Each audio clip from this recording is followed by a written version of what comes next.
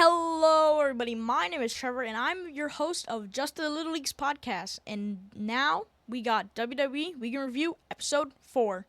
Make sure you listen to the whole thing, because this week was actually crazy. It was so crazy. Like, come on. All right, to start off the podcast, it's my favorite show, and the first show we talk about on the podcast, Monday Night Raw. Opening up the show, we had Dirty Dom and Liv Morgan. But they almost got in the crossfire of Braun Strowman and Big Bronson Reed, sending each other through a table. These guys, they don't stop fighting. But Liv and Dom go to the ring and talk about how the Liv Morgan Revenge Tour is going exactly as planned. And to no one's surprise, Rhea came out. Rhea said she isn't going to hit Liv, foreshadowing. But Rhea has something that she needs to tell Liv. It's that Dom is the only reason Liv is the champ right now. And Adam Pearce has made the decision that Dom is going to be exactly where he deserves to be, behind bars. Because he is going to be hanging in a shark cage. So finally, there won't be anyone to help Liv. And finally, Rhea will get back her Women's World Championship. Oh, and what Rhea said before about her not hitting Liv, she lied and hit her with a nasty headbutt.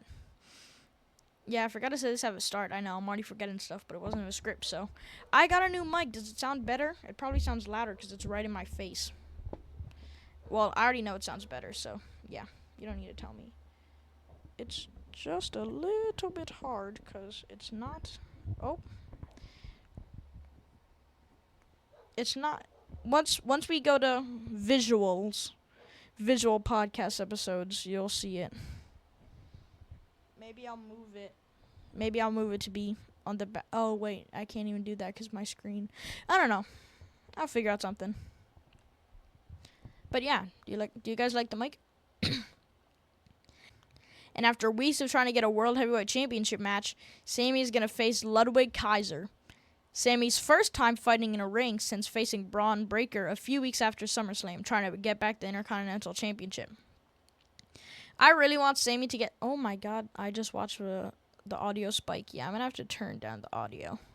I really want Sami to get this match with Gunther, but to be honest, I don't think Sami would beat Gunther. Who will beat Gunther? I don't know. Maybe Braun Breaker will go after the title, but yet again, I don't think he's going to be able to dethrone Gunther. Gunther is probably holding the title until Mania. Sami tried to get a haluva kick several times in this match, but Sami finally connected it. It was lights out for Ludwig. And after the match ended unexpectedly, or expectedly, unsure, Gunther came out. But he was wearing his ring gear, yet he grabbed a mic. And it seems like Gunther is finally going to accept Sami's challenge for the World Heavyweight Championship. Gunther said, "I think tonight is the right night to come out and tell you, no." You listen right here, Gunther. Give him the match, or else you stink. Stink like poo-poo. Yeah. Then we go backstage to Kofi and Xavier. And Xavier is trying to apologize to Kofi. And Kofi tries to apologize to Xavier. And they make up. And Kofi's going to let Xavier call the shots for the next few weeks. But then American Made came over to a New Day. And Chad Gable says he's done with the Freak family because Xavier said that Uncle Howdy was behind them. And all of American Made jumped and turned around. But Xavier said the first move of action, New Day versus the Creed brothers. Then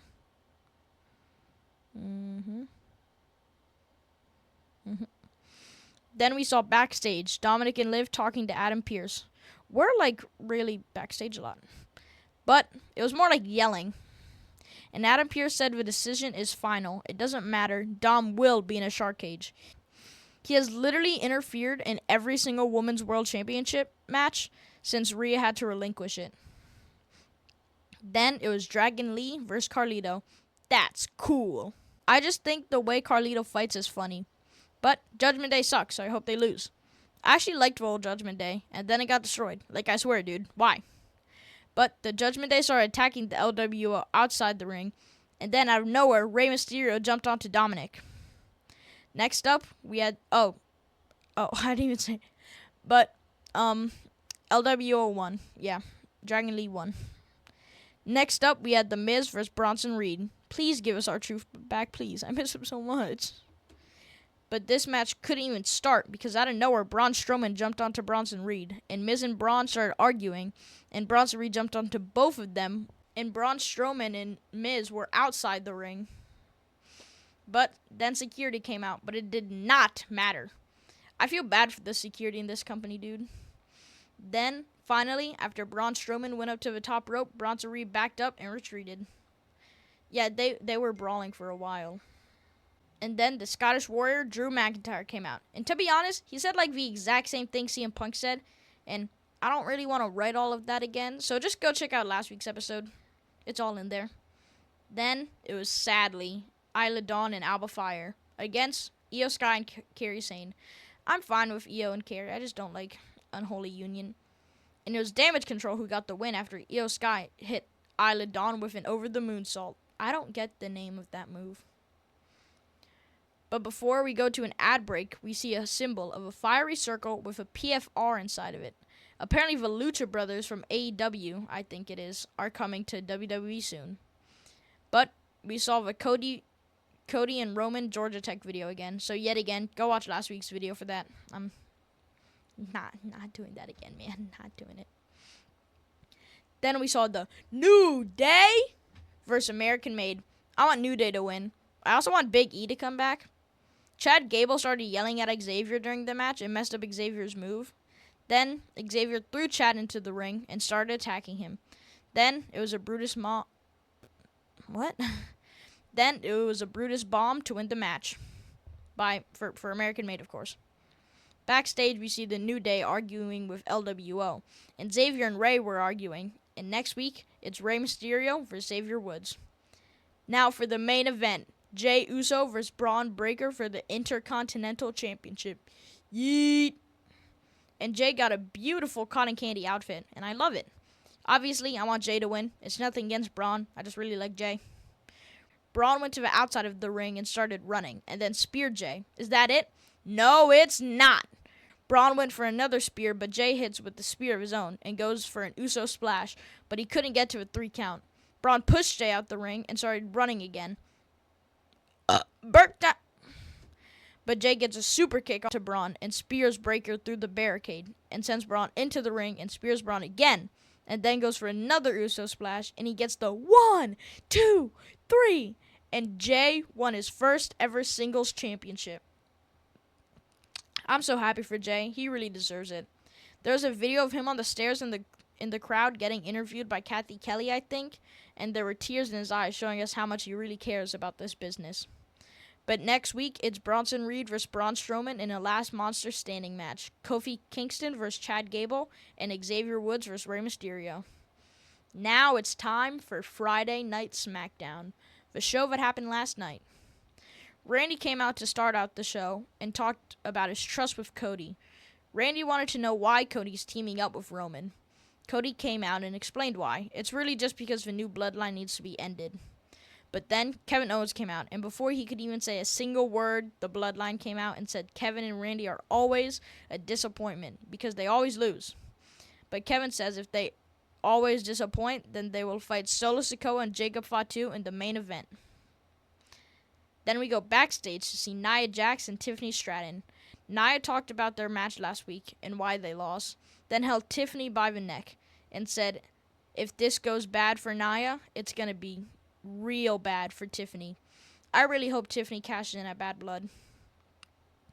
Then it was Bayley versus Naomi to see who will face Nia Jax at Bad Blood. I want them to push Naomi kind of for no reason. It's just because Bayley lost the title to Nia, so I feel like Naomi should get her turn. Also, I love the gear Naomi was wearing. It was like Uno. It was really cool. Bayley won with the flying elbow, so she's going to fight Nia at Bad Blood again.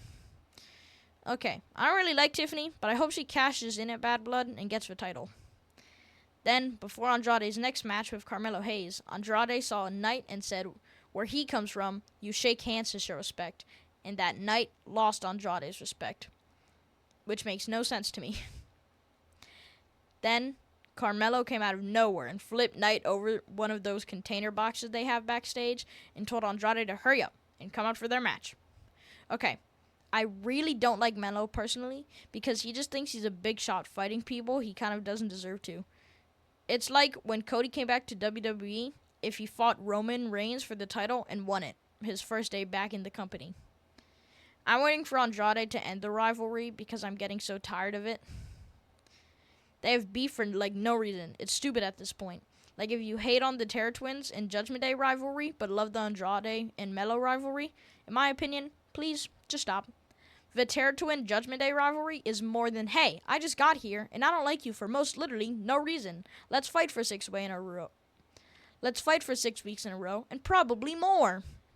But I will stop my yap. The winner of the match was Carmelo Hayes, but not in a very fair way. Melo was outside the ring on the floor, and LA Knight came out, and Melo ran into the ring, and Andrade was yelling at Knight to get out of there, and Melo got the roll-up pin and won. Up next, Piper Niven versus Michin. Okay, sorry, but the booking tonight isn't very good. I can proudly say I like NXT more than SmackDown. Raw's my favorite, NXT is in the middle, and SmackDown is my least favorite show. The only good part of it is Cody's storyline, and that's it. Well, LA Knight too, but Raw is just so much better. Even NXT has better storylines. But before the match started, everyone's question was answered. When will AJ Styles come back? Well, it's next week. Yeah, I just want Michin to win this match because I don't like Piper Niven, and I saw Michin at NXT. And the winner was Michin. Yay! Piper ran through a trash can. And next week, we have a match also with Michin. It's a dumpster match. Chelsea Green versus Michin. I'm saying Michin too much in a span of 5 minutes. Next week, we also see DIY, Street Profits, and The Bloodline in a ladder match for the Tag Team Championships. Now for the main event. I have blown past this show. Jeez. Solo Sikoa and Jacob Fatu versus Randy Orton and Kevin Owens. Obviously, I want Kevin and Randy to win, but they probably won't. Even though Kevin doesn't want Cody to interfere, he probably will, if the Tongas come out. I know it won't be tonight, but I'm still waiting for Jimmy Uso to come back. Hopefully he comes back at Bad Blood. But before the match, we see Naomi backstage, walking, when out of nowhere, Bayley comes out and says sorry about what happened in the ring. It's just because they both wanted the match with Nia so badly, and Naomi said that it was fine. But when Bayley gets the championship, they're running it back. Then Tiffany comes out and says you can watch Bayley get destroyed by Nia. And Naomi says that since her sidekick isn't doing anything, next week we're probably going to get Naomi versus Tiffany Stratton. And to be honest, we haven't seen Tiffany fight in a while. And I was right, the Bloodline won. The Tongas came out to help, and then Cody returned the favor and started fighting with Tongas. And he was doing good until Jacob Fatu jumped onto him. But Kevin got the stunner on Solo. But then, before the pin started, Jacob threw Cody into the ref, making the count nor start or end. Then it was 2 super kicks to Kevin by Jacob. Then Solo got the pin, and they won again, as expected. Then Kevin was yelling at Cody, but Randy broke them up and Kevin and Cody hugged. To be honest, I kind of want heel Kevin. It just kind of makes sense to me. And a match I know we're getting next week is a 6-person ladder match for the tag team titles with DIY, Street Profits, and The Bloodline. And I'm ready for DIY to take back their titles. It's the final show we talk about, and my second favorite, NXT. We start the show with the boom. We bring the boom. That's what we do. We bring the boom. We bring the boom to you. We bring the boom. We bring the boom to everyone. We bring the boom. Your favorite father and son. Kalani Jordan versus Ren Sinclair for the NXT Women's North American Championship. And to be honest, I wanted Ren to win, and I genuinely thought she would win. So I was sad when Ren lost. She may or may not have jumped on No Quarter Catch crew. And this was the first of many, the quote-unquote press conferences. The first one being with Ethan Page. I'm just going to write the parts I think are important. The only actual important thing Ethan said was that CM Punk will not be a factor in the match, and that Ethan can personally guarantee that he will not be a factor. Yeah, I'm going to hate writing these parts. There's 7. Spoiler alert, I didn't write half of them. It wasn't on purpose. I just skipped through so that it doesn't take me actually 2 hours to write the scripts. Backstage, we saw CM Punk talking to Javon Evans. We don't know what they were talking about, though. But CM Punk said to Trick he isn't going to let Ethan cheat. Yeah. I lie, I cheat, I steal. I lie, I cheat, I steal. Then it was the Grayson Waller effect, which was pretty cool to see in person. Grayson was streaming on Instagram the entire time. Also, I was covered by a bush like the entire segment. Here's what went down. They talked about each of the tag teams breaking up, but also Fraxium. Fraxium went down to the ground because Waller and Theory were arguing, so he just punched Frazier to end the conversation. Then it was Hank and Tank. Honk, honk. Versus the Good Brothers. We want Hank and Tank to win. And it ended with Hank and Tank getting the win by Hank holding up Luke Gallows and Tank ramming into him with his own body. Then it was Lexus King versus Oro Mensah. It was funny. Lexus was going for the pin, but got some leverage from the ropes and stopped the pin himself because he wanted to win fair. But then Oro went for the pin and did the exact same thing Lexus did, but he didn't stop. He got to a 3 and won the match. Then it was Riley Osborne versus Ridge Holland. I wanted Riley to win, but I knew he would leave to the hospital in the end. It was funny. Before I got inside of NXT building, I saw them putting a stretcher into the building, and I'm thinking, oh God, Riley, no. But Riley started the match, well, technically not even starting, by jumping onto Ridge during his entrance. And there were many twists and turns in this match, the way I was expecting Riley's back to be. My dad also called Thea turning heel this week, but it didn't happen. Riley at one point threw Ridge through the barricade, but in the end, Ridge won after hitting his signature DDT onto Riley. But after the match, they kept fighting, and Riley was holding his ground. Ridge was going to hit Riley with the barricade until Riley kicked him, and Thea distracted Ridge, and Riley got some momentum from the steel steps and splashed Ridge, and security had to pull them apart. Let them fight. Let them fight. Let them fight. Then we saw Miz say that he would have the contract signing between Tony D'Angelo and Obafemi on Miz TV. And it's gonna be awesome! In another press conference, but now of Obafemi. Yet again, I'll be saying the important stuff. Oba thinks Tony is broken, and he can see it in his eyes. Then we saw two potty mouths, Zachary Wentz and Wesley, arguing. Not in person, just in separate rooms, somehow talking and listening to each other. But Wes said the name of Zach's fiance, and Zach said, "Keep my fiance's name out your beeping mouth." Then Zach ran out of his room, and once Wes knew he started running out, and they started fighting and got pulled apart by security. Like they always do. Then, since NXT is moving to CW, we got to see the history of NXT. And when they showed Joe Hendry, because of course they showed Joe Hendry, they showed one sign, and it was mine. Oh my God, thank you so much, NXT. Please stay in Orlando, because it's kind of like is the best part of the week. Afterwards, we saw Wendy Chu and Rosemary versus Brinley Reese and Carmen Petrovic. Who would have guessed? Wendy and Rosemary won. But it's only because Mr. I Can't Pull Woman distracted Brinley. Then it was the last match. Geez, this was a quick show. Javon Evans and Cedric Alexander versus A-Town Down Under. The best part of this match was seeing the Austin Theory sell, because man is he good at them. I think I actually said that in an earlier episode. Go check them out too. I wanted the bouncy boy to win, aka the guy who was going to beat Randy Orton at 20 years old. But they didn't win Tuesday night.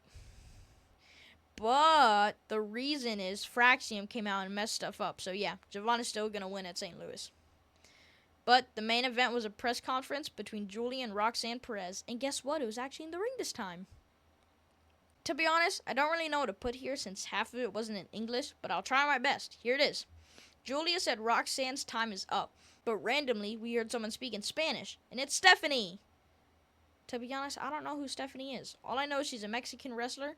But now she's an NXT wrestler. I guess she'll get a shot at the NXT title after next week. But I will see you all next Sunday because it's Bad Blood next Saturday. But the question of the week is, what did you disagree with me in this episode? And what is something you guys would want to see on the podcast? Comment down below. Also, I'm working on putting the podcast on more platforms. Make sure to like and subscribe. Special episode at 1,000 subscribers and become a member. Link in description. Or send a super thanks to send support to the podcast. But I'll see you in the next one. Goodbye.